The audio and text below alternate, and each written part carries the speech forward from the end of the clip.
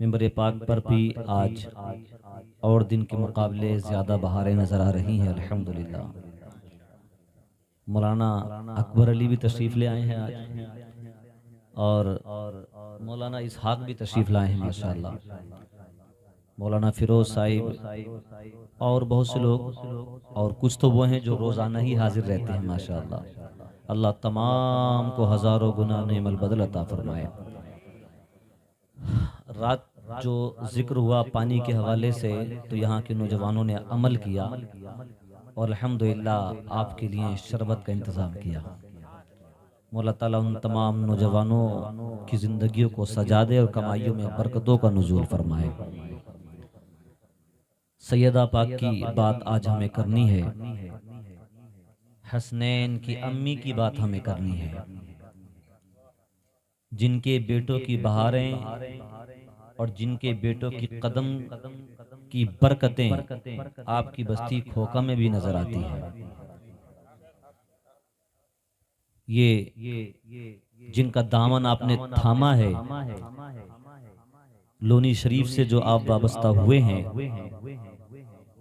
तो वो सैयदा का करम ही है कि हमें ये दामन मिल गया है। कौन है आपके जिनको आप कहते हैं अकबर शाह जिलानी, महमूद शाह जिलानी, अकबर बाबा, महमूद बाबा, ये कौन है? ये सैयदा के बेटे हैं। तो आज हमें उस ज़ात की बात करनी है जिसको मेरे आका ने अपने जिगर का टुकड़ा कहा है, जिगर का टुकड़ा कहा है।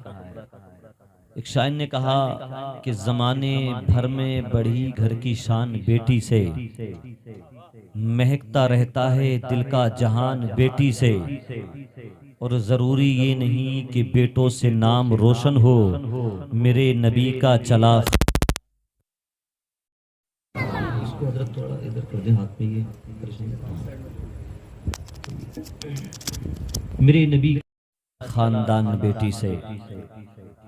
और जब बात बेटी की आई है तो मैं ये भी कह दूं कि आंगन में जिस किसी के आती हैं बेटियां, रहमत खुदाए पाक की लाती हैं बेटियां, घर में खुशी के फूल खिलाती हैं बेटियां, मिसले बहिश्त घर को बनाती हैं बेटियां, मिसले बहिश्त घर को बनाती हैं बेटियां। और सैयदी सरकार आला हजरत ने कहा कि जिसका आंचल न देखा महो महर ने, उस रिदाए नुज़हत पे लाखों सलाम, सैयदा ज़ाहिरा तय्यबा ताहिरा, जाने अहमद की राहत पे लाखों सलाम, जाने अहमद की राहत पे लाखों सलाम।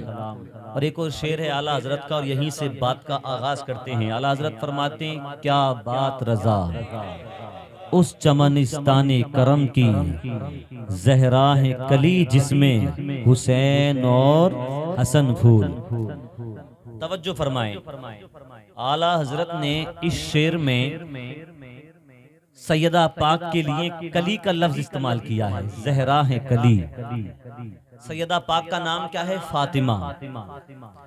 फातिमा का माना होता है छुड़ाने वाली, ठीक है, छुड़ाने वाली। और फातिमा अरबी के फतम से बना है। इस पर मैं बाद में जिक्र करूंगा, चूंकि आला हजरत का शेर मैंने पढ़ा है तो वो कोशिश करता हूं कि अपने टूटे फूटे अल्फाज में कुछ आपको बता सकूं।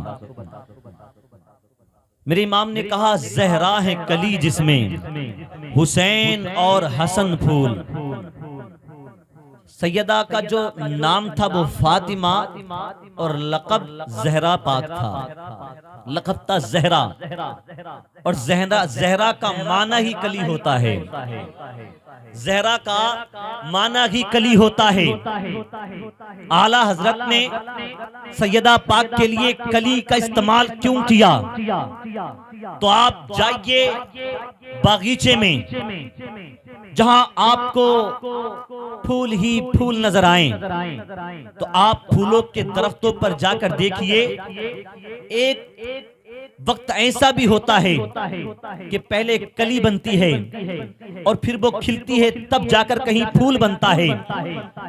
और कली जो कहते हैं फूल की उस कैफियत को कहते हैं जब फूल मुकम्मल पर्दे में छुपा होता है, मुकम्मल पर्दे में छुपा होता है। आप छोटे बड़े तमाम फूलों को देखिए और फिर उन फूलों की कलियों को देखिए तो कली की खुशबू तमाम फूलों की खुशबू पर गालिब आ जाया करती है। गोया के मेरे आका की और भी औलादे थी, लेकिन सैयदा पाक को रब तबारक व तआला ने तमाम औलादों में सबसे अफजल मर्तबा अता फरमाया है, सबसे अफजल मर्तबा अता फरमाया है। जहरा है कली। अच्छा, खुशबू कली की फूल से ज्यादा होती है। अब हुसैन और हसन के लिए जो आला हज़रत ने इस्तेमाल किया, फूल का इस्तेमाल किया, सैयदा को फूल क्यों नहीं कहा? सैयदा के लिए इस्तेमाल किया तो कली का, और हुसैन और हसन के लिए इस्तेमाल किया तो फूल का। तो आला हजरत ने सैयदा के लिए कली का इस्तेमाल इसलिए किया और हुसैन और हसन के लिए फूल का इस्तेमाल इसलिए किया कि सैयदा को निस्बत है औरत जात से और हुसैन और हसन को निस्बत है मर्द से। और औरत का हुस्न छुपा हुआ अच्छा लगता है, मर्द का हुस्न खुला हुआ अच्छा लगता है। जहरा है कली जिसमें हुसैन और हसन फूल, जहरा है कली जिसमें हुसैन और हसन फूल। जज़ाकल्लाह।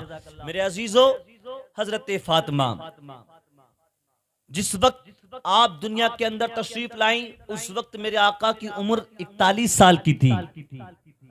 और बाज़ ने यह भी कहा कि ऐलान नबुव्वत से 1 साल पहले हजरत फातिमा दुनिया में तशरीफ लाई।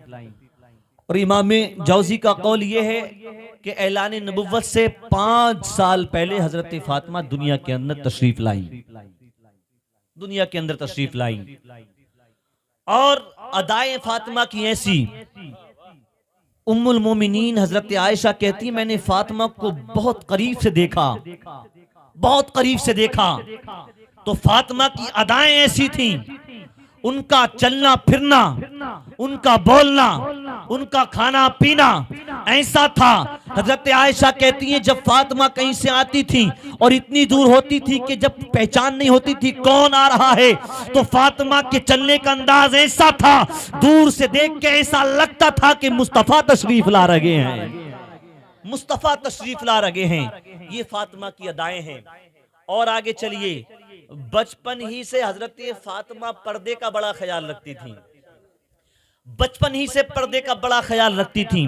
ऐसा नहीं कि पहले जवान हुई फिर किसी नसीहत की, उसकी नसीहत हासिल करने के बाद फिर पर्दा करना शुरू किया, नहीं, बचपन ही से पर्दा किया करती थी।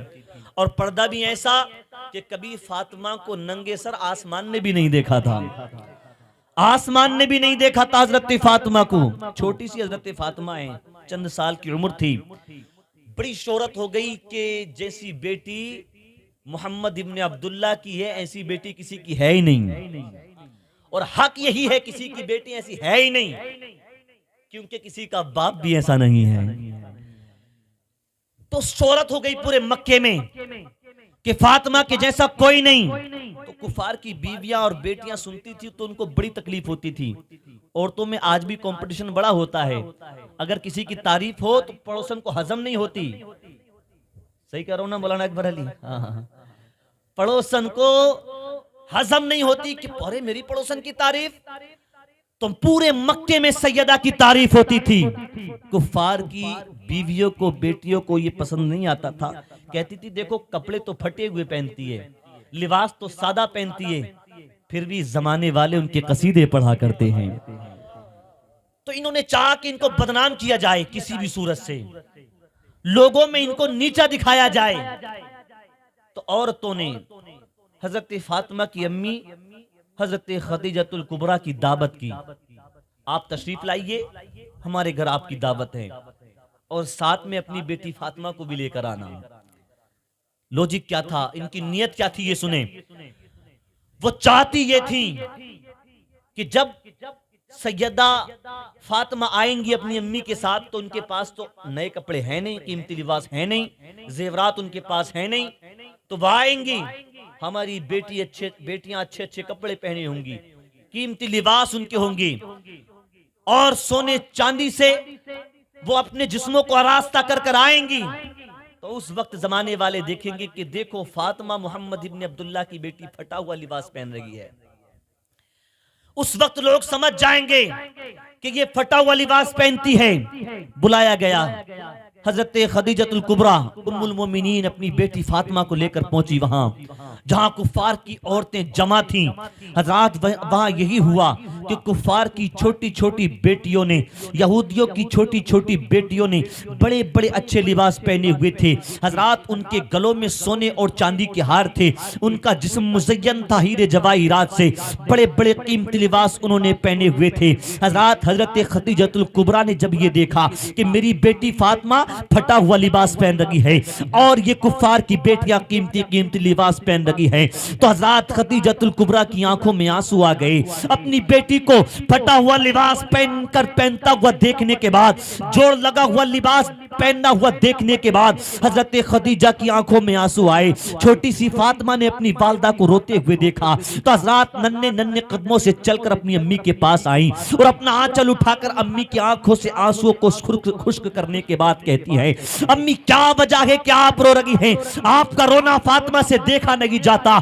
आज की बेटियों को सीखना चाहिए फातिमा से, अपने आमाल की वजह से मां को रुला दिया करती है, कभी कभी मां को उल्टे जवाब देकर रुला दिया करती है, कभी कभी मां को गालियां तक दे देती है। कुछ कमबख्त बेटियां ऐसी भी हैं जो मां से गुफ्तगू ही बंद कर लिया करती हैं। छोटी सी फातिमा है, अम्मी की आंखों से आंसू पहुंचने के बाद कहती है, अम्मी जान क्या वजह है, किस गम ने आपको रुला दिया है? तो हजरत खदीजतुल कुबरा ने कहा था, बेटी देख कुफार की बेटियों ने कैसे कैसे कीमती लिबास पहने हैं, आज जब मैंने तुझे ये जोड़ लगा हुआ लिबास पहने हुए देखा है तो आंखों में आंसू आ गए हैं। सैयदा ने जो जुमला बोला था वो दिल की डायरी पर लिखकर जाना सुन्नी मुसलमानों और अपनी बहनों को और बेटियों को सुनाना सैयदा पाक का जुमला। सैयदा ने कहा था, अम्मी जान रोने की जरूरत नहीं है, इनके पास दुनिया का जेवर है, इनके पास दुनिया का जेवर है, इनके पास दुनियावी कीमती लिबास है, लेकिन मेरे पास वो लिबास है जिसको मेरे मुस्तफा ने बेहतर करार दिया है। कहा क्या मतलब? कहती अम्मी जान बाबा जान फरमाते हैं औरत का सबसे अच्छा जेवर उसका पर्दा है, औरत का सबसे अच्छा लिबास उसकी हाया है। नारे तकबीर, नारे रिसालत, जश्न शहीद आज़म, अज़मत अहले बैत, सुभान अल्लाह। बात समझ में आई कि नहीं आई? जरा आ गई है तो मोहब्बत से कहें सुभान अल्लाह। ये दो जगह स्टैंड लगे हुए हैं, वीडियो बन रही है, मौलाना आदम हर प्रोग्राम को लाइव चला रहे हैं, तो मोबाइल रख लें, कंफ्यूज हो जाएंगे आप। अभी मैं लाइव हूं ना, तो तवज्जो के साथ सुन लें, बाद में इनके चैनल के जरिए आप इसको सुन सकते हैं, ठीक है? मेरे अजीजों, बचपन ही से हजरत फातिमा इतना ख्याल रखती थी पर्दे का। आजकल देखें कुछ कमबख्त ऐसी भी पैदा हो गई जो ये कहती हैं कि इस्लाम ने हमें कैद करके रखा है, माअज़ल्लाह। खासकर वो जिनको तुमने छूट दे दी, जो चाहो करो, ये तुम्हारा राइट है। कुछ कमअक्ल बाप भी तो ऐसे होते, कहते हैं बेटी अब बड़ी हो गई है, उसको खुद के फैसले लेने दो, अब उसको हक है कि वो अपनी जिंदगी के फैसले खुद करें। तुम इतनी आजादी देते हो, वो मीडिया के सामने खड़े होकर मजहब इस्लाम पर उंगलियां उठाती है कि मजहब इस्लाम ने औरतों को कैद करके रखा है, माज़अल्लाह, इस तरह के नारे। और फिर ऐसी उनकी सोच बनती है, फिर क्या होता, मुर्तद हो जाती हैं, इस्लाम छोड़कर दूसरों के दामनों में चली गई। एक शायर ने कहा था कि अपनी मोहब्बत के लिए तूने दीन को खोया है, अपनी अम्मी बाबा का नाम भी डुबोया है, फिरोगी दर बदर और होगी जिल्लत भी, खत्म होगी हमसे जो तुम्हारी निस्बत भी। ये तो एक साजिश थी तुम्हें यूं फंसाने की, फिर करेंगे तैयारी वो तुम्हें मिटाने की। जब भी जी भरेगा उनका तुमको छोड़ डालेंगे, या तो जला देंगे या गर्दन तोड़ डालेंगे। अपनी खुशी के लिए घर को छोड़ जाती हो, अपनी मोहब्बत के लिए सारे रिश्ते तोड़ जाती हो, तुम्हें खबर भी नहीं तुम्हारे इस अमल से झुक गया सर सबका, याद नहीं तुमको फैसला के जो तुम्हारे रब का, दीन से ये बेदीनी उम्र भर रुलाएगी, सारी जग के सामने तुझे रुसवा कराएगी। आजादी दे देते हो तुम। आजकल देखें हाल ये है, खवातीन के हाल ये है कि खुद बेपर्दा और ऐसे ऐसे लिबास जिनको देखकर शैतान भी शर्मा जाए। अच्छा एक बात बता दूं, नौजवानों के समझ में जल्दी आ जाएगी। औरतों के मोबाइल देखना आप, लड़कियों के मोबाइल देखना, मोबाइल पूरे कवर होते हैं, वो कवर लेते हैं ऊपर से ढकने वाला, ठीक है। उनसे कहा जाए, पूछना उनसे कि आपने या तो मोबाइल को पर्स के अंदर छुपा कर रखा, वो कवर लिया तो वो जो चारों तरफ से उसको कवर कर ले, क्या वजह है? तो जवाब यही मिलेगा कि हमने मोबाइल का कवर इतना हेवी इसलिए खरीदा है ताकि मोबाइल अगर गिर जाए तो महफूज रहे। ये जो गर्दो गुबार है इससे हमारा मोबाइल बचा रहे। फिर उनसे कहना अगर मोबाइल पर्दे में रहे तो मोबाइल की हिफाजत हो सकती है, तो अगर तू पर्दे में रहेगी तो तेरी हिफाजत क्यों नहीं हो सकती है? मेरे अजीजों, हजरत फातिमा की कनीज होने का दावा खूब किया, दम भरती हैं और समझती हैं कि हम जन्नत में जाएंगे फातिमा के साथ, और काम एक वो नहीं जिससे फातिमा खुश हो, एक भी काम ऐसा नहीं। अगर फातिमा की कनीज बन के जिंदगी गुजारेंगी तो अल्लाह तबारक व तआला गैब से मदद फरमाएगा, अल्लाह गैब से मदद फरमाएगा। और कैसे मदद फरमाएगा? इसी से मिलता जुलता एक और वाकया है। हजरत फातिमा, चादर के बारे में आपने सुना होगा, जोड़ लगे हुए थे चादर पे, जोड़ लगे हुए थे। आजकल हमारे घरों में देखें 20-20 जोड़ी कपड़े एक एक खातून पर हैं और बावजूद इसके नमाजें नहीं पढ़ती।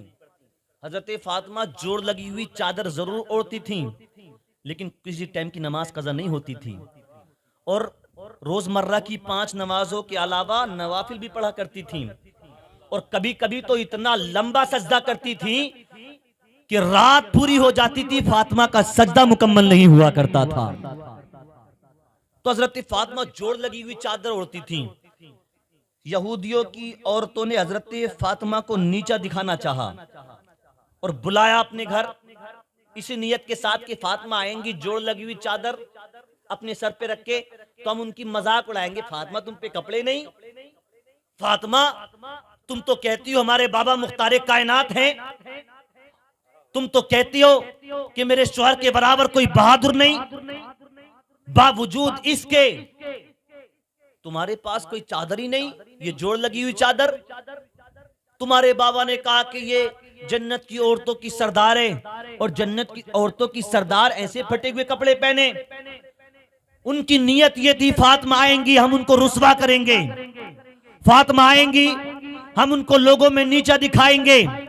हजरत फातिमा ने रात के अंधेरे में जब जाने का इरादा किया तो अल्लाह तबारक व तआला ने जिब्रील के जरिए जन्नत का लिबास फातिमा के लिए भिजवा दिया।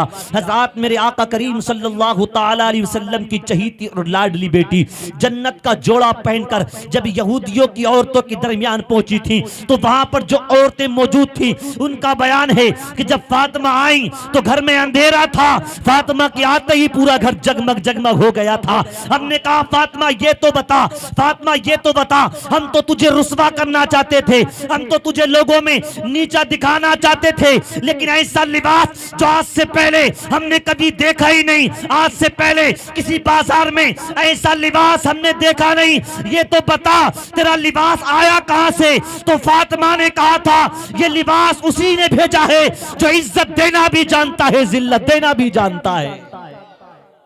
वतुइज़्ज़ु मन तशा वतुज़िल्लु मन तशा, इज्जत और जिल्लत अल्लाह के हाथ में है। उनका तवक्कुल अल्लाह पर था, भरोसा अल्लाह पर था, पर्दा करती थी, अल्लाह तबारक व तआला मदद फरमाता था, मदद फरमाता था। याद रखना, औलादों वाले भी बैठे होंगे, बेटियों वालों भी, मैं आपसे कहूंगा तवज्जो के साथ सुनना, अपनी बेटियों को बताना फातिमा की सीरत। आज जो तलाकें हो रही हैं, कोर्ट कचहरी तक मामले पहुंच रहे हैं, 50% 50% मुसलमानों की बेटियों के मामला पंचायत घरों तक और कोर्ट तक पहुंच जाते हैं। वजह यह कि तुमने मोबाइल दे दिए बचपन में उनके हाथों में और फातिमा की सीरत की किताबें नहीं दी।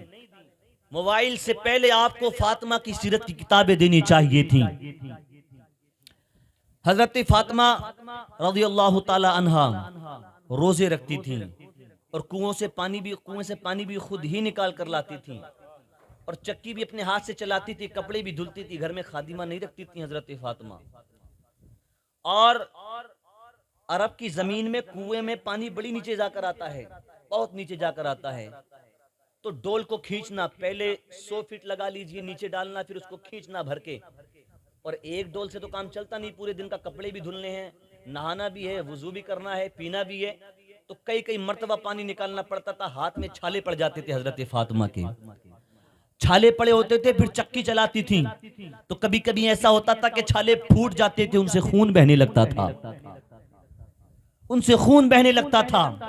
एक मर्तबा तो ऐसा हुआ कि सैयदा फातिमा ज़हरा रज़ियल्लाहु ताला अन्हा से मुलाकात करने के लिए हजरत उम्मे ऐमन आपके घर तशरीफ ले गईं। तो देखा कि दरवाजा बंद है, अंदर से चक्की के चलने की आवाज आ रही है।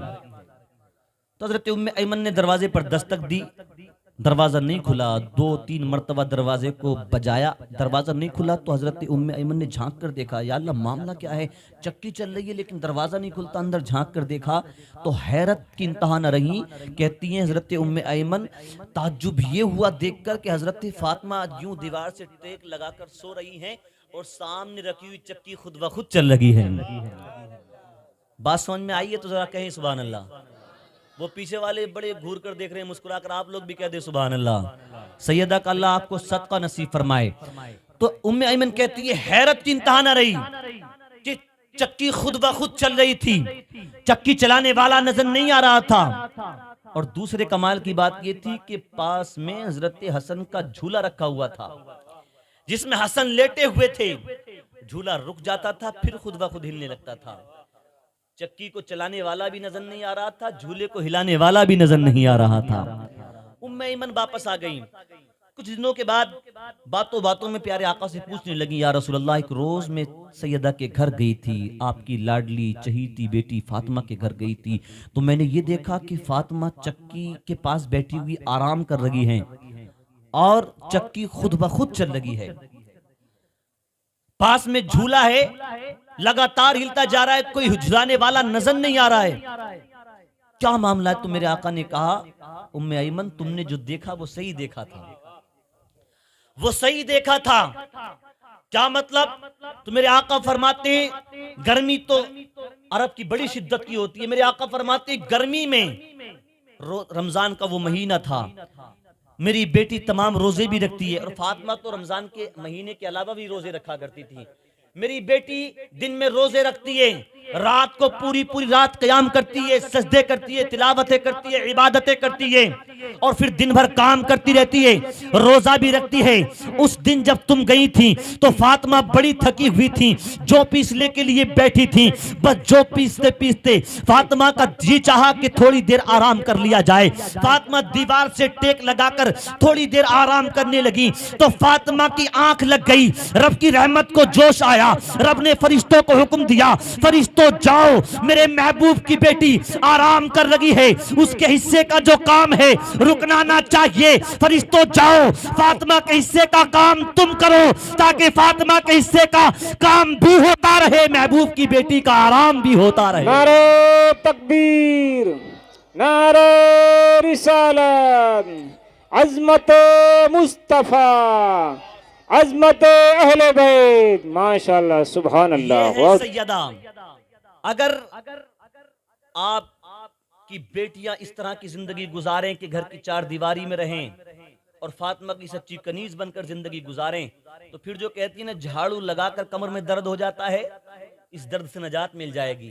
क्योंकि हर काम में अल्लाह की मदद पहुंचेगी, हर काम में। और ये बुजुर्ग लोग कुछ बैठे हैं मिंबर पाक पर, इनसे पूछिए।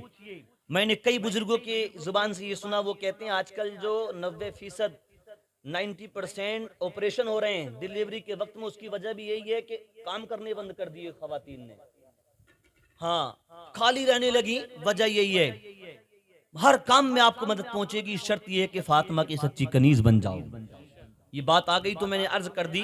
मैंने बात जहां से शुरू की थी वहीं पहुंचता हूं। सैयदा से मेरे आका बड़ा प्यार फरमाते थे, बड़ा प्यार फरमाते थे। इतना प्यार फरमाते थे कि हजरत सुबान फरमाते हैं कि प्यारे आका अगर कहीं जाते थे तो सबसे आखिर में अगर किसी से मिलते थे तो वो सैयदा की जात थी। कहीं आप जा रहे हैं तो आखिर में उसी से मिलते हैं जिससे सबसे ज्यादा प्यार होता है। तो मेरे आका आखिर में अगर किसी से मिलते थे तो वो सैयदा की जात थी। और हजरत सुबान कहते हैं जब वापस आते थे सबसे पहले अगर किसी से मिलते थे तो वो भी सैयदा की जात थी, वो भी सैयदा की जात थी। और एक हदीस पाक ये कि मेरे आका सल्लल्लाहु ताला अलैहि वसल्लम तशरीफ फरमा हैं और हजरत फातिमा तशरीफ ला रही हैं। यानी मेरे आका की बारगाह में हजरत फातिमा आती थी तो मेरे आका फातिमा को देखकर खड़े हो जाते थे और कहते थे मरहबा मरहबा मरहबा, मेरी बेटी आ रही है, मेरी बेटी आ रही है, मेरी बेटी आ रही है। जब आका के करीब आ जाती थी हजरत फातिमा तो मेरे आका फातिमा को बोसा दिया करते थे। और हदीस का अगला टुकड़ा है कि मेरे आका उस जगह पर बिठाते थे जहां खुद बैठे होते थे। और मेरे आका भी जब फातिमा के घर जाते थे तो हजरत फातिमा भी खड़ी हो जाया करती थी और मेरे आका के हाथ को चूमती थी और वहीं पर बिठाती थी जहां खुद बैठी होती थी। तो यहां से एक बात और पता चलती है कि बाप को बेटी के घर जाना चाहिए, बाप को बेटी के घर जाना चाहिए। बड़े ऐसे भी बाप हैं कि जिन्हें कई कई साल गुजर गए बेटी के घर नहीं गए। कुछ लोगों ने तो अपने उसूल इतने मजबूत बना दिए कि टूटेंगे नहीं चाहे शरीयत के खिलाफ हो।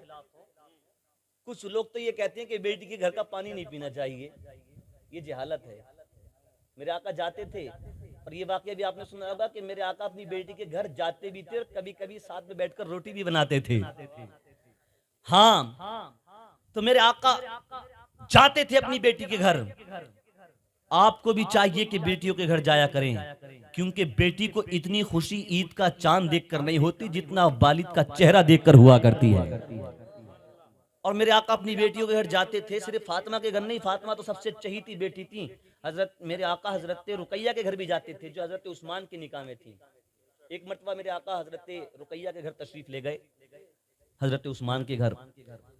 तो हजरत रुकैया अपने शोहर हजरत उस्मान के बालों में कंघी कर रही थी, बालों में कंघी कर रही थी। तो मेरे आका तशरीफ ले गए, देखकर मुस्कुराए कि मेरी बेटी अपने शोहर की खिदमत कर रही है।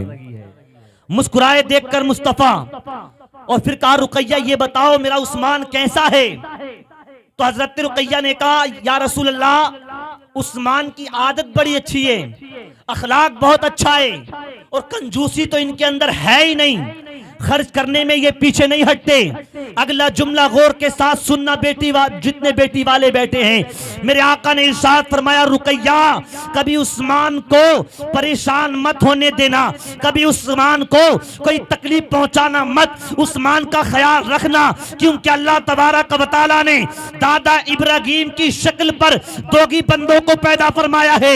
एक तो उस्मान की जात है, दूसरे तेरे बाबा की जात है। मेरी बेटी मेरे उस्मान का ख्याल रखना, ये कौन कह रहा है? मेरे आका फरमा रहे हैं। जब निकाह किया था अली के साथ हजरत फातिमा का, तो मेरे आका ने आकर कहा बेटी फातिमा मैंने तेरे लिए दुनिया का सबसे अच्छा शोहर चुना है और अपनी मर्जी से नहीं बल्कि अल्लाह के हुक्म से चुना है, अल्लाह के हुक्म से चुना है। दुनिया का सबसे अच्छा शोहर मेरे आका ने सारी बेटियों के लिए जिनकी भी शादियां की, मैंने बताया था दूसरी या तीसरी तकरीर में कि कितने दामाद थे और कितनी बेटियां थी। तो जो दामाद तलाश किए अल्लाह के हुक्म से ही किए, अपनी मर्जी से नहीं, अल्लाह के हुक्म से। तो कहने लगे बेटी फातिमा मैंने तेरे लिए जो शोहर तलाश किया है वो दुनिया का सबसे अच्छा शोहर और अल्लाह की मर्जी से अल्लाह के हुक्म से तलाश किया है। फिर निकाह हुआ तो मेरे आका हजरत फातिमा के यहाँ तशरीफ लाए। जो बेटियों को रुखसत करने वाले हैं अनकरीब उनकी बेटियों की शादी होने वाली, इस बात को याद करके जाएं। तशरीफ लाए हुजरे में मेरे आका हजरत फातिमा के। जब बेटी रुखसत होती है ना तो फितरी तौर पे बाप की आंखों से आंसू बहने लगते हैं, भाई की आंखों से आंसू बहने लगते हैं, यहां तक कि महल्ले वाले भी रो देते हैं। कई दिन तक ऐसा लगता है कि घर में है ही कोई नहीं। मैंने इसको महसूस किया अल्हम्दुलिल्लाह। कई दिन तक दिल नहीं लगता जब बेटियां चली जाती हैं, मेरे आका तशरीफ लाए, आंखों में आंसू हैं, बेटी की डोली उठने वाली है। कहने लगी, मेरे आका ने फरमाया, फातिमा अब तक तुम अल्लाह के नबी के घर थी, आज के बाद नबी के अली के घर जा रही हो। फातिमा कभी अली से कुछ मांगकर उनको परेशान मत करना। क्या कहा मेरे आका ने? अली से कुछ मांगकर उनको परेशान मत करना। और ये भी जुमला मिलता है, मेरे आका ने इरशाद फरमाया, फातिमा कयामत में अपने बाबा से मिलना तो इस हाल में मिलना तेरी जिंदगी से तेरा शोहर अली राजी हो। अगर अली तुझसे राजी नहीं हुआ तो फातिमा तेरा बाबा तुझसे बात नहीं करेगा, तुझसे बात नहीं करेगा। रुखसत करते वक्त अपनी बेटियों को यही पैगाम देना, ये मत कहना कि अगर कोई परेशानी हो तो मिस कॉल कर देना, तेरा बाप फट से आ जाएगा। झगड़े की नौबत पहले तैयार कर देते हैं आप। आपने पहले उसको रास्ता दिखा दिया, बेटी अगर सास ऊंची आवाज में भी बात कर ले तो बस एक कॉल कर देना। हाँ लाठी लेकर आऊंगा, फरमा रहे हैं। हाँ अरे ये हो रहा है, हकीकत है ये। बापों ने तो बिगाड़ दिया बेटियों को। पहले कहते हैं इनको आजाद रखो, इनका राइट है ये कि जो चाहे फैसले लें, और फिर रुखसत करते वक्त कहते डरना मत, अगर तेरा ससुर तुझे आंख निकाल कर देखे तो मुझसे बता देना, शोहर अगर कुछ कह दे तो मुझे बता देना। और फातिमा ने अमल भी किया इस पर, फातिमा ने अमल भी किया इस पर। जब नई नई दुल्हन बनकर हजरत फातिमा अली के घर पहुंची तो थोड़े से जौ पिसे हुए रखे थे, थोड़े से जौ पिसे हुए रखे थे, और चंद दिनों में वो खत्म हो गए। अब खाने के लिए घर में कुछ नहीं। एक दिन गुजर गया, कुछ नहीं खाया। 2 दिन गुजर गए, कुछ नहीं खाया। अगर आज नई दुल्हन को एक टाइम खाना नहीं मिले तो बताइए आप क्या उम्मीद रखते हैं? आपसे कुछ नहीं कहेंगी, फोन घर लगाकर अपने वालिद से या अपने भाई से कहेंगी, तुमने क्या तलाश किया मेरे लिए, कैसी जगह मुझे डाल दिया है। कहा क्या मतलब? कहा यहाँ तो मिलता ही नहीं कुछ खाने। एक टाइम के फाके को कहेंगी, यहाँ 10 दिन से कुछ मिला ही नहीं है। हजरत फातिमा 2 दिन से भूखी है, कुछ नहीं खाया। लेकिन हजरत अली को इस बात का एहसास नहीं होने दिया कि फातिमा भूखी है। यार जोर से कहो, जोर से सुभान अल्लाह। हजरत अली को महसूस नहीं होने दिया। अब आपके दिमाग में ये बात आएगी कि अली को पता क्यों नहीं चला, अली को पता क्यों नहीं चला? तो पता चला अली को। और कैसे चला? कि जब भूख की वजह से हजरत फातिमा कमजोर हो गईं और भूख के आसार चेहरे से नजर आने लगी, तो हजरत अली ने कहा, फातिमा क्या मामला है? मैं तुम्हें कमजोर देख रहा हूँ, तुम्हारे चेहरे से भूख के आसार जाहिर हो रहे हैं, क्या मामला है? तो हजरत फातिमा ने कहा, कोई ज्यादा बड़ी बात नहीं है, कोई ज्यादा बड़ी बात नहीं है। 2 दिन से कुछ खाया नहीं, क्या कहती है, कोई बड़ी बात नहीं है। लेकिन हजरत अली ने क्या कहा था? बताओ कोई बात हो। तो चूंकि शोहर ने हुक्म दे दिया था बताने का, तो हजरत फातिमा ये सिखा रही हैं कि शोहर कुछ पूछे तो परेशानी को बता देना चाहिए। ये कहा बड़ी बात नहीं है, इसलिए कि अली परेशान ना हो। और अगला जुमला बोला, अली घर में जो जौ थे वो 2 दिन पहले खत्म हो गए थे, 2 दिन से फातिमा ने कुछ खाया ही नहीं है। 2 दिन से फातिमा ने कुछ नहीं खाया। हजरत अली कहने लगे, अरे फातिमा मुझे बताना चाहिए था, मैं तो रोजे रखता हूँ, मुझे तो आदत है, मैं सहरी पानी पर करता हूँ, इफ्तार पानी पर करता हूँ, तो मुझे तो आदत है। शोहर भी अली के जैसे बनो। रोजा रखते थे, इफ्तारी करते थे पानी से, सहरी करते थे पानी पर। हजरत अली कहते, फातिमा मुझसे कह तो देती, मैं तुम्हारे लिए खाने का इंतजाम कर देता, घर के हालात मुझे बता दिया करो, परेशान मत हुआ करो। अगला जुमला सुने, फातिमा ने कहा था, अली जानती हूं अगर मैं तुमसे कहती तुम इंतजाम कर देते, लेकिन फातिमा मांगे कैसे? फातिमा के बाबा ने फातिमा को मांगना सिखाया ही नहीं है। फातिमा के बाबा ने फातिमा को मांगना ही नहीं सिखाया, क्योंकि रुखसत करते वक्त मेरे आका ने कहा था, अली को कुछ मांगकर परेशान मत करना। यहाँ तो शोहर कमाता 15,000 तो पहले ही 20,000 का मेकअप घर में रखा होता है। शादी हो आ जाए, भाई की नहीं, भाई के साले की शादी आ जाए, ठीक है, वो लंबा चौड़ा रिश्ता जिसको शौहर के समझ में नहीं आया यार शादी कौन सी रिश्तेदारी में, शौहर ने कभी देखा ही नहीं उनको, उसकी शादी आ जाए तो 10-12 हजार का खर्चा तो यूं चुटकियों में हो जाता है। हाँ, अरे मेरे फ्रेंड की शादी है, वो देखो बहुत पक्की फ्रेंड थी मेरी, तुम खर्चा नहीं करते मेरे लिए, तुमने किया ही क्या है। सारी जिंदगी कमाता रहा उसके शौक पूरे करने के लिए, उसके खर्चे पूरे करने के लिए, खुद चाहे फटा हुआ जूता पहना, उसके लिए एडवांस 10-12 जोड़ी जूते रहे, लेकिन आखिर में क्या मिलता है, तुमने किया ही क्या हमारे लिए। वो कहे कि मैंने कपड़े नहीं बनाए तेरे लिए, मैंने जूते नहीं लाके दिए तुझे, क्या नहीं लाके दिया, तो कहते तुमने क्या नया काम कर दिया। दुनिया का हर शौहर अपनी बीवियों के लिए करता है ये। अच्छा, लड़कियों के लिए कहा जाता है कि वो पराये घर की होती हैं, चली जाती हैं हमेशा हमेशा के लिए, लेकिन लड़कों की जिंदगी भी सारी जिंदगी जब तक बचपन में होते हैं कट जाते हैं याम सुख से, और जब जवान हो जाते हैं तो फिर अक्सर लोगों की जिंदगियां बाहर ही कट जाती हैं, बाहर ही कट जाती हैं। इन्हें देख ले, ये बैठे मेरे भाई मौलाना आरिफ साहब, मुझे तो पता भी नहीं कब से राजस्थान के हवाले हैं ये, और अब तो मैं आज हजरत से भी कह रहा था पक्के राजस्थानी भी हो चुके हैं। यहाँ के खान पीन रहना सहना सब कुछ इनको अच्छा लगने लगा, और अच्छा है भी। लेकिन एक इलाके से दूसरे इलाके में जाते हैं तो आदमी को अपने इलाके के रीति रिवाज अच्छे लगते हैं। अच्छे से मुराद ये कि पसंद उसको ही आते हैं। मिसाल के तौर पे पानी देख लीजिए, राजस्थान और यूपी के पानी में बहुत फर्क है। आप कभी जाएं, अल्लाह तौफीक दे, आप कभी जाएं तो महसूस करना कि वहाँ के पानी का जायका अलग और यहाँ के पानी का जायका अलग। लेकिन अब इनको यूपी का नहीं यहाँ का अच्छा लगने लगा है। ये कहते हैं मुझे यहाँ का अच्छा लगता है। वजह क्या है, जिंदगी कट गई बाहर रहते रहते, उम्र का एक हिस्सा गुजर गया बाहर रहते रहते। तो हजरत फातिमा ने कहा मैं कैसे मांग लूं, मुझे मेरे शौहर ने मेरे बाबा ने मांगना सिखाया ही नहीं। और भूख के हवाले से एक बात और बताता हूं कि एक रोज हजरत अबू हुरैरा को बड़ी भूख लगी थी और कई दिन से कुछ खाया नहीं था। असहाबे सुफ़ा यानी मस्जिद नबवी में जो रहते थे और उसके पास जो चबूतरा था वहां बैठकर जो तालीम हासिल करते थे उनको असहाबे सुफ़ा कहा जाता है। तो वो घर बार छोड़कर सब मस्जिद में रहने लगे थे हुजूर की खिदमत में। तो बाहर से जो खाना आता था लोग पहुंचा दिया करते थे, तो ये असहाबे सुफ़ा खा लिया करते थे। एक मरतबा ऐसा हुआ कि कई दिन से कुछ आया ही नहीं, तो इन्होंने कुछ खाया ही नहीं, भूखे थे। इतने भूखे कि हजरत अबू हुरैरा ने भूख की शिद्दत की वजह से अपने शिकम पर रस्सी बांधी। कभी ऐसी भूख लगी है कि पेट से कुछ बांधना पड़ा हो? रस्सी बांधी पेट पर और बाहर निकले कि चलो हो सकता है कोई दोस्त मिल जाए और खाने का इंतजाम हो जाए। निकले, थोड़ी दूर चले थे कि प्यारे आका सल्लल्लाहु ताला अलैहि वसल्लम तशरीफ ले आए।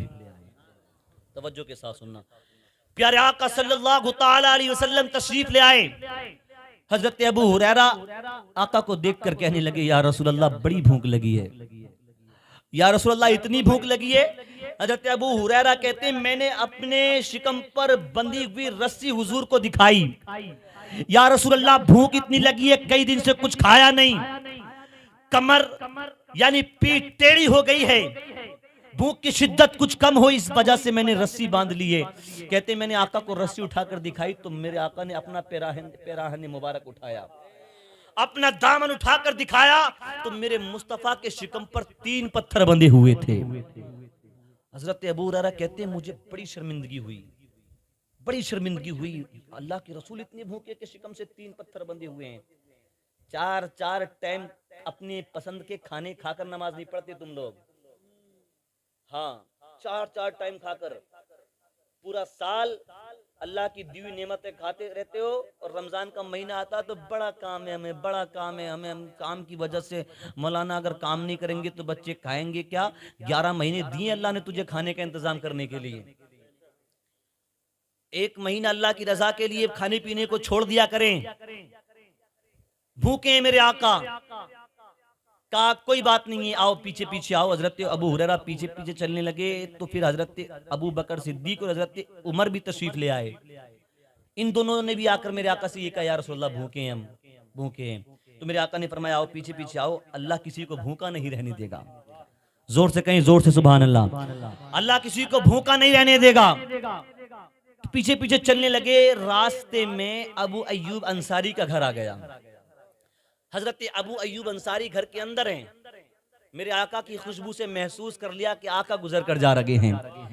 तेजी के साथ दौड़ कर आए और आकर अर्ज करने लगे, या रसूल अल्लाह, आप मेरे घर के मेहमान बन जाएं थोड़ी देर के लिए। और एक रिवायत ये भी है कि हुजूर ने खुद बुलाया हजरत अबू अय्यूब को और कहा कि हम तुम्हारे घर के मेहमान बन रहे हैं। दोनों तरीके से रख लीजिए। हुजूर हजरत अबू अय्यूब अंसारी के घर के अंदर तशरीफ ले गए। हजरत अबू अय्यूब अंसारी कहते हैं, मैंने हुजूर के चेहरे को देखा तो आसारे नकाहत जागिर थे, यानी भूख के आसार जागिर हो रहे थे। जल्दी से बाग में गए और खजूर का खोशा तोड़ कर लाए, हुजूर के सामने रखा। मेरे आका खजूर तनावुल फरमाने लगे। हजरात कहते हैं कि मैंने अब मेरे घर में एक बकरी का बच्चा था, उसको ज़बा किया और अपनी बीवी को हुक्म दिया, जल्दी से इसको बनाओ। मेरी बीवी ने उसको बनाया और जब कुछ रोटियां और सालन मेरे आका की बारगाह में हाजिर किया गया तो मेरे आका ने कहा, लाओ एक कटोरी और लेकर आओ। मेरे आका ने थोड़ा सा गोश्त उसमें रखा और चंद रोटियां दी और कहा, जाओ मेरी बेटी फातिमा के घर पहुंचा दो। मेरी बेटी फातिमा ने भी कई दिन से कुछ खाया नहीं है, कई दिन से कुछ खाया नहीं है। हजरत अबू हुरैरा कहते हैं, ताज्जुब की इंतहा न रही, हमें 2 दिन से कुछ नहीं मिला तो हम मस्जिद नबवी से बाहर आ गए और फातिमा का घर मस्जिद नबवी के बिल्कुल करीब है और फातिमा कई दिन से भूखी, हमें भूख लगे तो हम बाहर आ जाते हैं। फातिमा को भूख लगी तो लोगों को एहसास तक नहीं होने दिया है। हजरत अली रोजाना मस्जिद में आते थे लेकिन एक दिन भी एहसास नहीं होने दिया कि घर में फाका हो रहा है। हजरत अबू हुरैरा कहते हैं, हमें भूख लगी तो हम बाहर आ गए, अली को भूख लगी, फातिमा को भूख लगी तो एहसास तक नहीं होने दिया। मेरे अजीजों, ये फातिमा फाकों पर फाके, फटे हुए कपड़े, बावजूद इसके कोई नमाज कज़ा नहीं होती थी, कोई नमाज कज़ा नहीं होती थी। मेरे अजीजों, हजरत फातिमा तो ज़हरा, एक वाक़या और सुना दूं अगर तवज्जो है आप हजरात की। तो कुछ बीच में से जवान उठकर चले गए, शायद जरूरत से गए होंगे, वरना मैं समझता हूँ कि फातिमा के जिक्र में दिल तो लग ही रहा होगा आपका। जिनका लग रहा है वो जरा धीरे से कह सकते हैं सुभान अल्लाह। घुटने पकड़ने की बात रोजाना कहता हूँ, वो जवान ने पहले ही छोड़ दी है कि शायद मुझे कहेंगे जरूर। हाँ, तो घुटने पकड़ कर ना बैठा करो, नींद जल्दी आ जाती है, ताज़ा दम होकर बैठा करो। जवान ये इनको देखिए, बुजुर्गों को, ये बैठे रहते हैं, आकर यहाँ सफ़ेद दाढ़ियाँ हो गई, फिर भी एक ही तरीके से बैठे हुए शुरू से। तुम कभी टांगे खड़ी करते हो, कभी लंबी करते हो। ये जवान है और ये बूढ़े, देखें फ़र्क कितना है। वजह ये है कि जवानियाँ बर्बाद कर दी मोबाइलों में, 1-2 घंटे में तुम्हारी टांगे जवाब दे जाती हैं। इन लोगों को देखिए, हजरत बैठे कितनी देर से बैठे हैं। हाँ, और बहुत तो गोश्त नहीं खाते, तब ये हाल है। हाँ, सिर्फ सब्जियाँ खा रहे हैं, शाकाहारी कहते हैं ना, शाकाहारी हो गए हैं। अल्लाह ताला उम्र में हजरत की खूब बरकत अता फरमाए। कितने साल से यहाँ खिदमत अंजाम दे रहे हैं। सबसे अच्छी बात यह है कि ज़र्रा बराबर भी इनके अंदर तकब्बुर व घमंड हमें नजर नहीं आता। अल्हम्दुलिल्लाह, ये इलाके में हज़ारों इनके शागिर्द होंगे, लेकिन कभी मुतकब्बिराना जुमले नहीं, कभी ऐसी बातें नहीं। आजिज़ी के साथ मिलना, और मेहमान नवाज बहुत हैं और असागिर नवाज हैं। अल्लाह ताला उम्र में खूब बरकत अता फरमाए। हजरत ये वाक़या मैंने पिछले साल भी पढ़ा था यहाँ, लेकिन फातिमा का जिक्र जितनी बार किया जाए उतनी मर्तबा नया लगता है, नया। हजरत फातिमा एक रोज़ बैठी थी घर के अंदर। हजरत अली जब बाहर से तशरीफ़ लाए तो हजरत फातिमा को देखा कि हजरत फातिमा रो रही हैं, आंखों में आंसू हैं। तो हजरत अली ने कहा कि फातिमा रो क्यों रही है, रोने की वजह क्या है? तो हजरत फातिमा ने कहा कि ये चादर देखो, मेरी कई जोड़ लगे हैं, चादर पे कई जोड़ लगे हैं। तो हजरत अली ने कहा, रोने की वजह क्या है? तो हजरत फातिमा ने कहा, रोने की वजह यह है कि आज इस चादर में एक और सुराख हो गया है, इस पे एक और जोड़ लगाने की जरूरत पड़ी है। रोने की वजह यह है कि इसमें आज घर में इतना तागा और इतना कपड़ा मौजूद नहीं कि इसको एक जोड़ और लगा लिया जाए।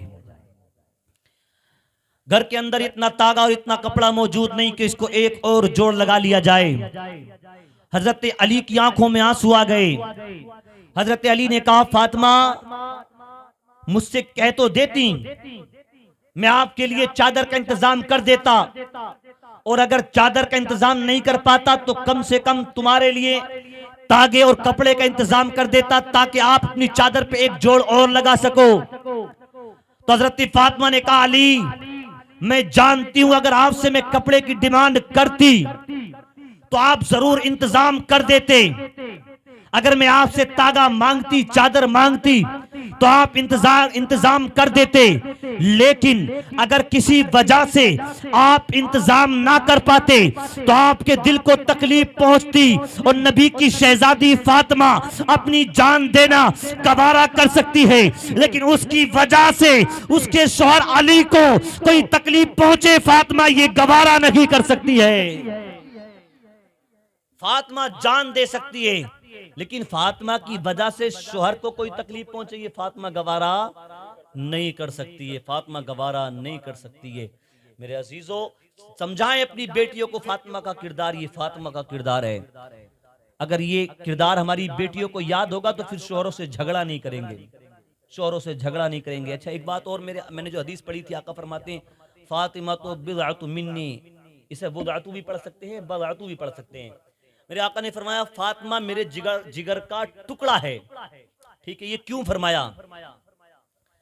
मेरे आका ने ये क्यों फरमाया? एक शख्स है जिसका नाम है हिशाम बिन मुगीरा, वो आया और कहने लगा अपनी बेटी से मैं अली का निकाह करना चाहता हूँ, अपनी बेटी को अली के निकाह में देना चाहता हूँ। हजरत अली की शादी हो चुकी थी। इस्लाम में 4 शादियां जायज़ हैं। वो अलग बात है कि इस मुल्क का कानून इसकी इजाज़त नहीं देता, लेकिन इस्लाम में 4 शादियां जायज़ हैं और अरबों में आज भी होती हैं, अरबों में आज भी होती हैं। तो वो कहने लगा मैं अपनी बेटी को अली के निकाह में देना चाहता हूं। मेरे आका मिंबर पर तशरीफ लाए, इरशाद फरमाया फातिमा तो बिदअतु मिन्नी, फातिमा मेरे जिगर का टुकड़ा है। अगर अली ने दूसरी शादी की, अली ने दूसरी शादी की तो फातिमा को तकलीफ पहुंचेगी और फातिमा की तकलीफ मेरी तकलीफ है, इसलिए मैं ऐलान करता हूं अली दूसरी शादी नहीं कर सकता। तवज्जो फरमाएं, अली दूसरी शादी नहीं कर सकता। और ये कैद उस वक्त तक थी जब तक हजरत फातिमा जिंदा हूं। ठीक है, बाद में हजरत अली ने शादियां की, लेकिन जब तक फातिमा जिंदा थी हजरत अली ने कोई शादी नहीं की थी। मेरे आका ने इरशाद फरमाया अच्छा आप कहेंगे कानून बदल दिया, तो मेरे रब ने अपने हबीब को मुख्तार बनाकर भेजा है। सूरज किधर से निकलता है? पूरब से, लेकिन जब अल्लाह के महबूब चाहते हैं तो सहबा में अली के लिए पश्चिम से निकल आता है। तो जो पूरब से निकलने वाले सूरज को पश्चिम से निकाल सकता है, तो वो जब चाहे जिस कानून को चाहे बदल सकता है। अल्लाह ने उनको ये ऐसा इख्तियार अता फरमाया है। मेरे आका का जब आखिरी वक्त आया था, आप सैयदों का दामन पकड़े हुए हो ना, जो सैयदों से मोहब्बत करने वाले हैं बुलंद आवाज से कहें सुभान अल्लाह। हाथ उठाकर, स्टेज वालों को भी देख ले कितने लोग हैं, हाथ उठाकर या रसूल अल्लाह। आपके लिए इनाम है एक, आपके लिए। हजरत मेरे और तुम्हारे आका सल्लल्लाहु ताला अलैहि वसल्लम का जब आखिरी वक्त आया तो हजरत फातिमा को बुलाया, फातिमा को बुलाया और कान में कुछ कहा तो फातिमा रोने लगी। और फिर अगला जुमला जब मेरे आका ने कान में कहा तो थोड़ी देर के बाद हजरत फातिमा मुस्कुराने लगी। अच्छा, अपनी बेटियों को यह भी बताना, फातिमा कभी क्या कहा लगा कर नहीं हंसती थी, यूं दांत फाड़ के ऐसे नहीं हंसती थी, बस हल्का सा मुस्कुराती थी हजरत फातिमा। और मुस्कुराना मेरे आका की सुन्नत। तो हजरत फातिमा मुस्कुराई। एक रोज उम्मुल मोमिनीन हजरत आयशा सिद्दीक़ा रज़ियल्लाहु ताला अन्हा ने पूछा फातिमा मैंने देखा था वक्त विसाल मुस्तफ़ा जान रहमत ने आपके कान में कुछ कहा था तो आप रोने लगी थी, और फिर कुछ कहा था तो आप मुस्कुराने लगी थी, वजह क्या है? तो हजरत फातिमा ने कहा अम्मी जान, पहला जुमला मेरे आका ने कान में ये इरशाद फरमाया था फातिमा अब करीब है कि मैं इस दुनिया को अलविदा कह जाऊंगा, यानी अन करीब मैं जागिरी हयात मेरी मुकम्मल हो जाएगी और मैं इस दुनिया फानी से चला जाऊंगा। तो हजरत फातिमा कहती है मैं रोने लगी। लेकिन अगला जुमला मेरे आका ने इरशाद फरमाया फातिमा घबराओ मत, मेरे खानदान में सबसे पहले अगर कोई मेरे पास आएगा तो मेरी बेटी फातिमा वो तेरी जात होगी। अगला जुमला मेरे आका ने इरशाद फरमाया और फातिमा तेरे लिए खुशखबरी ये है कि अल्लाह तुझ पर और तेरी औलाद पर आजाब नाजिल नहीं फरमाएगा, और जो तेरी औलाद से मोहब्बत करता होगा अल्लाह उस पर भी आजाब नाजिल नहीं फरमाएगा। फातिमा अल्लाह तुझे भी अजाब नहीं देगा, तेरी औलाद को भी अजाब नहीं देगा, और जो तेरी औलाद से, ये सब औलाद से मोहब्बत करने वाले तो बैठे हैं, तो बात समझ में नहीं आई? कि अगर समझ में आई है तो जोर से कहे या रसूल अल्लाह। फातिमा जो तुझसे मोहब्बत करता होगा, तेरी औलाद से मोहब्बत करता होगा, उस पर भी अल्लाह अजाब नाजिल नहीं फरमाएगा। अल्लाह का शुक्र है कि हमने सैयदों के दामन को पकड़ा है। हाँ, और आला हजरत से पूछा किसी ने कि सैयद पर भी अजाब नाजिल होगा अगर वो गुनाहगार है तो? क्या उस कब्र में उस पर भी अजाब नाजिल होगा? क्या सैयदों को भी अजाब दिया जाएगा अगर वो गुनाहगार हैं तो मेरे इमाम फरमाते हैं अगर वाक़ियतन इंदल्लाह वो सैयद है, यानी असली नस्ली सैयद है, हकीकी तौर पर सैयद है, तो मेरे इमाम कहते हैं फातिमा की औलाद के लिए इनाम है कि अल्लाह उन पर अजाब नाजिल नहीं फरमाएगा। अल्लाह उन पर अजाब नाजिल नहीं फरमाएगा। अल्लाह का शुक्र है कि हमने सैयदों का दामन पकड़ा है। मेरे अजीजों, बात लंबी हो गई। हजरत फातिमा की विसाल का जब वक्त आया, अच्छा मेरे हुजूर के इंतकाल के बाद हजरत फातिमा को कभी मुस्कुराता हुआ भी नहीं देखा गया। ऐसा सदमा लगा, हजरत फातिमा को कभी मुस्कुराती नहीं थी। इंतकाल के बाद एक मरतबा मुस्कुराई, तारीख में आता है एक मरतबा मुस्कुराई हजरत फातिमा। क्यों मुस्कुराई जानते हैं? हजरत फातिमा बापर्दा रहती थी और हजरत फातिमा के जैसा भी कोई पर्दा कर सकता है भला, लेकिन आपको फिक्र ये लगी रहती थी कि कहीं इंतकाल के बाद मेरे जनाजे की बेपर्दगी ना हो जाए। क्योंकि उस दौर में आजकल जो ये बुर्का डाला जाता है मैयत के ऊपर, अगर किसी औरत का इंतकाल हो जाए तो उस दौर में नहीं, ऐसी खुला लेकर जाया जाता था जनाजे को कफन पहना कर। तो हजरत फातिमा को ये फिक्र लगी रहती थी कहीं ऐसा ना हो कि मेरे जनाजे की बेपर्दगी हो, फिक्र लगी रहती थी। तो एक रोज हजरत अस्मा बिन्त उमैस हजरत फातिमा के पास तशरीफ लाई और वो कहने लगी कि मैंने हबशा में देखा है कि वहां जब किसी औरत के जनाजे को ले जाया जाता है तो उसके जनाजे के ऊपर लकड़ियों को यूं बांध करके उसको पर्दे में किया जाता है, फिर ले जाया जाता है। फिर हजरत अस्मा बिन्त उमैस ने लकड़ियां लाकर बनाकर दिखाया कि इस तरह से चारपाई के ऊपर रख दिया जाता है और पर्दा कर दिया जाता है। हजरत फातिमा ने देखा कि आज चलो ये उलझन भी खत्म हो गई, जनाजे के पर्दे करने की भी एक तरीका मिल गया, एक रास्ता मिल गया। तो फातिमा के लबों पर मुस्कुराहट आ गई। हुजूर के इंतकाल के बाद कभी नहीं मुस्कुराई। मुस्कुराई तो इसलिए चलो मरने के बाद भी फातिमा पर्दे में रहेगी।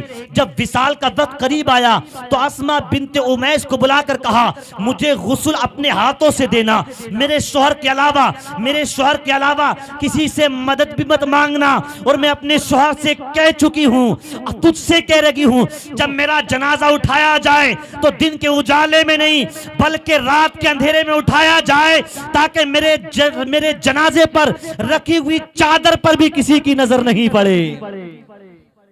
चेहरा तो चेहरा, बाल तो बाल, यहाँ तो सारे सर को कवर कर लेंगी लड़कियां आजकल की, बाल बाहर होते हैं, फैशन चला है ये। क्योंकि हेयर स्टाइल पर हजारों रुपए खर्च कर रहे हैं ना, इसलिए दुपट्टा रखना उन्हें गवारा नहीं। हजरत फातिमा कहती है रात में उठाना मेरा जनाजा, और चेहरा तो दूर की बात, हाथ पैर तो दूर की बात, फातिमा कहती है मेरे जनाजे पर जो चादर रखी हो उस पर भी किसी की नजर ना पड़े, उस पर भी किसी की नजर ना पड़े।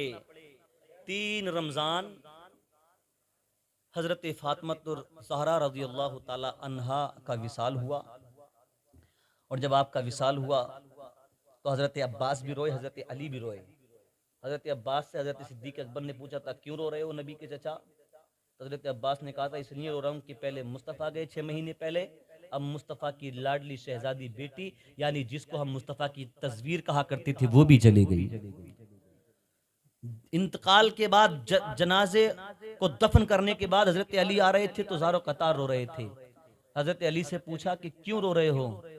कहा कि आज दुनिया से सिर्फ एक खातून नहीं गई है, बल्कि वो गई है जो गुनाहगार उम्मत मुहम्मदिया के गुनाहगारों के लिए रात भर मुसल्ला बिछाकर आंसू बहाती रहती थी, वो चली गई है। तो सैयदा रात भर रोती थी हमारे लिए। एक बात मैं यहाँ पर अर्ज कर दूं आखिर में, हजरत फातिमा रात भर रोती थी। हजरत फातिमा के बाबा हमारे आका सारी कायनात के सरकार पूरी रात रोते थे। जवानों आप बताओ कितनी मर्तबा सैयदों को याद कर आप रोए, कितनी मर्तबा मेरे आका को आप याद करके रोए हैं? तो चंद एक निकलेंगे जो कहेंगे हम रोए, वरना तुम्हारी आंखों से आंसू नहीं बहते फातिमा को याद करके।